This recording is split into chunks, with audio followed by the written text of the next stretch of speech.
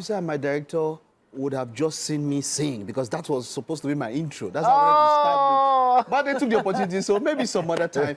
I mean, when you look at that video was what, 20, how many years ago, sir? That video was 16 years ago. 16 years, because you don't look one day older. You look exactly that video. And I'm not trying to patronize you. But for this region, If we still saw the region, I'm telling you, I'm not patronizing you. You don't look one day older. It's your Diamond Jubilee. You just celebrated your Diamond Jubilee. That's right. 60 years on Earth. So many years of impact. We celebrate you. That's the first thing we want to do. Happy birthday. Happy 60th birthday. Yes, so happy birthday. It is such a pleasure.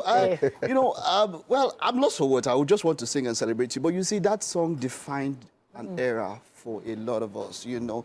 The lines are very instructive. The gospel is not just Sunday morning. That's not the only time the gospel is to be preached, the gospel is to be heard. Thank you.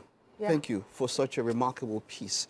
You know, but there's a question I want to start with. You've told this story a number of times, but I just want to ask this one. At that point, where they wanted the firing squad, what actually happened? Was it like the gun no green cock, or waiting? What happened? Just that, what happened? why didn't I suspect we would get here? No, we know the story, but just tell us what happened. Just that at that point, just what happened. I cried out to a God that I did not know. And I said, if you save me, I'll serve you. And then someone walked up.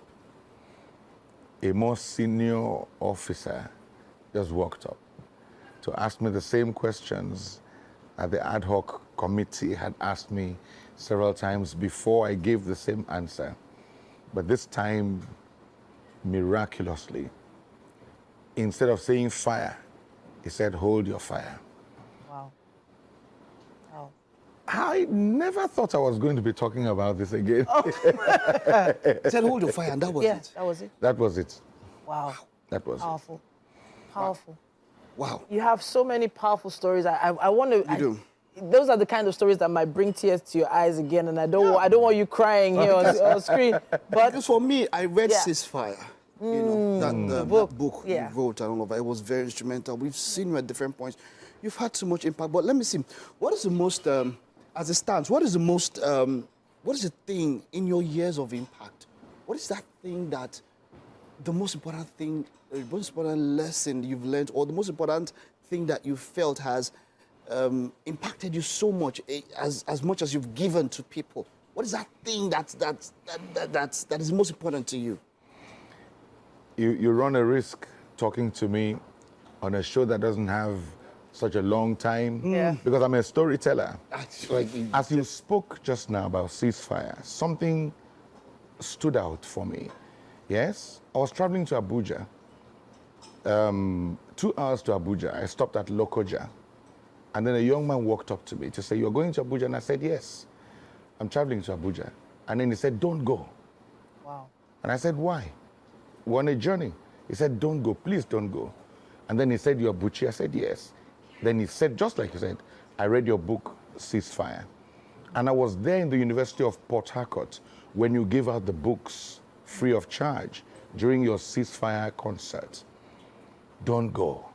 He said, that day I gave my life to Christ. I left gangsterism. I left armed robbery. But I'm sorry. I'm back with the boys. As he spoke to me, tears ran down his face, and he walked away. Guess what? I held on. I didn't leave because he said, if you must go, wait for at least 1 hour. 1 hour, 30 minutes later, on our way between Lokoja and Abuja, armed robbers had shot people. I saw people lying on the floor. I saw cars open with all manner of things. Yes, they had done a lot of damage there. And that boy was one of them who walked up to me to say, please don't go. Wow. What stood out there for me was the message of ceasefire. Yes, it is possible to pull people out of a place of darkness. It is possible. The person you're talking to today might be the one pulling the trigger tomorrow. So it does matter what song we sing. It doesn't matter what book we write, what we say to people. It matters. They are listening. The young people are listening. Wow. And they want to hear the right things. speaking of the right things, you've put out another book towards your 60th. Yes. Please tell us the premise behind that one. On the occasion of my 60th birthday, Yes. I published a book titled The Diary of a Music Missionary. Okay. Yeah? And it's stories, like my epistle, stories of my encounters in the places that I went to as I got invited to sing in this church, play at that crusade, do that concert and all. My experience in Cuba Wow. stood out. Many of those stories. So that's the diary of a music missionary. How can we get that book? Yeah. How can we? Where can I know people he's get it? It's available on Amazon, Okay. on fantastic. Seller. Yeah. So there was one with Bonke, a particular concert with Bonke. Please tell us that story, please. For those that know who Bonke, that was one of the Bonke, yes. Reinhard Bonke, Bonke, yes. the evangelist, who gathers hundreds of thousands of people at crusades. And so I had been invited. I mean, my song was newly out. I'd been invited to minister at this crusade. And so I got on stage. They expected to hear, the gospel the way they knew it. Yeah. So we burst out playing reggae music. And while I was doing, "You created Africa, Europe and America," what am I? The organizers ran in front of the stage and said, "Stop, stop, stop. Where did you get this Rasta from? Where did you?" I asked for gospel artists. "You brought me a Rasta. Out, out, out." And in the presence and in the full view of over 500,000 people gathered there that day, we were shooed off the stage because someone didn't think that if it was reggae, it could be gospel. Wow. Someone didn't think that what we were doing had anything to do with the gospel. And so he said, "Where did you bring this Rasta from?" And they shot us, drove us off the stage. Wow. Guess what? 2 years later, the song had grown thanks to the media, thanks to the church where I worshipped at the time. The song had grown. And the same pastor who drove me off the stage invited me to sing the same songs to his congregation. Wow. You know the mindset we carry, if it is reggae music, it cannot be gospel. Every kind, all forms of music, all styles of music belong to him. Yes? Yeah. But we are fixated on religion, and it was a hindrance to the gospel. Not anymore, I know, because these days you have a lot of people expressing themselves in their preferred genres of music. Sure.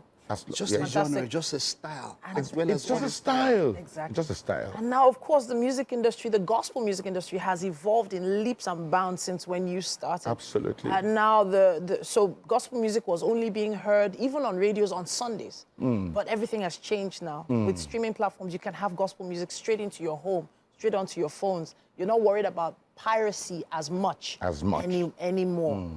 But give us one of your takeaways from how gospel music has evolved. In those days, we were crusading. The song you just played. Yeah. The gospel is not for Sunday morning alone. It was some kind of crusade, advocacy. Take us away from Sunday morning. Don't box us into Sunday morning. Sunday morning. And then, of course, in the practice of the faith, it's not just a Sunday thing. It's a lifestyle. But guess what? See what social media has done. See what online streaming has done. Yes? At any time, you can just go up there and download songs and stream them. Wonderful. I would just like to. So with that development, gospel music broke away from that contraction. From that. I just want to round up with this. There's a lot of gospel musicians coming up now. There is that battle at times when it comes to, is this ministry? Is this a talent that I can make money from? Where do I go now? People talk about, I call this gospel artist. They told me 10 million or not. That has always been, it's like conversation, a conversation going on there. So, what is your own take? What word will you give to gospel artists these days? How can one? Yes, the laborer is deserving of his wages. You have to work. You have to pay band members and all that. how can you draw a balance when it comes to, in quotes, some people call it commercialization of the gospel music ministry and ministry? You know, I got caught up in that web also many years ago, and I had to pray. I asked God what to do, because there's a thin line between business and ministry if you're not careful. And so he said something to me that guided me. And this is what I have said to all the young people these days, old and young, practicing their talent and also ministering to the Lord and for the Lord. He said to me, don't do business with people with whom you should do ministry. Wow. And don't do ministry with people with whom you should do business. It is big enough to accommodate ministry and to accommodate business. There's a place for business in it. There's a place for ministry. And I did ask him, how do I know? How do you differentiate? Who should I do ministry with and who should I do business with? He said, can two work together except they be agreed? Anyone whose message you do not know, you do not understand, you're not about the same cause. You're not pursuing the same cause necessarily. You don't know. You can't do ministry with that person. You understand me? And so there is no need to emasculate young people and say you can't make money from your talent because freely you received, freely you must give. Freely you receive, freely you must give. God said it, and we agree. And that is the way it is. But God tells you when to ask for money. It is not, you don't get to, I mean, if a pastor invites me, a ministry invites me to an outreach, they are reaching out for souls and all that, why would I ask them for money? The one who told them to invite me will tell them what to do. Wow, wow, wow. And it's just okay for me. Like, I've operated that way. And by the way, when they give you something that is below your expectation, you don't have to eat it. That could just be your seed. We have our principles. We have our kingdom principles. Economics, kingdom economics, is different, totally different from what obtains generally. So you get paid this money, it's so little. If they leave us, we will I'm stay telling here you. for 2 hours. You know what happened? Yeah. We would invite you for our book chat, Yes, please. please. So that you Bring will the come book. and talk the book. About the And book. we'll ensure that at least we have maybe 20, 30 minutes to talk to you.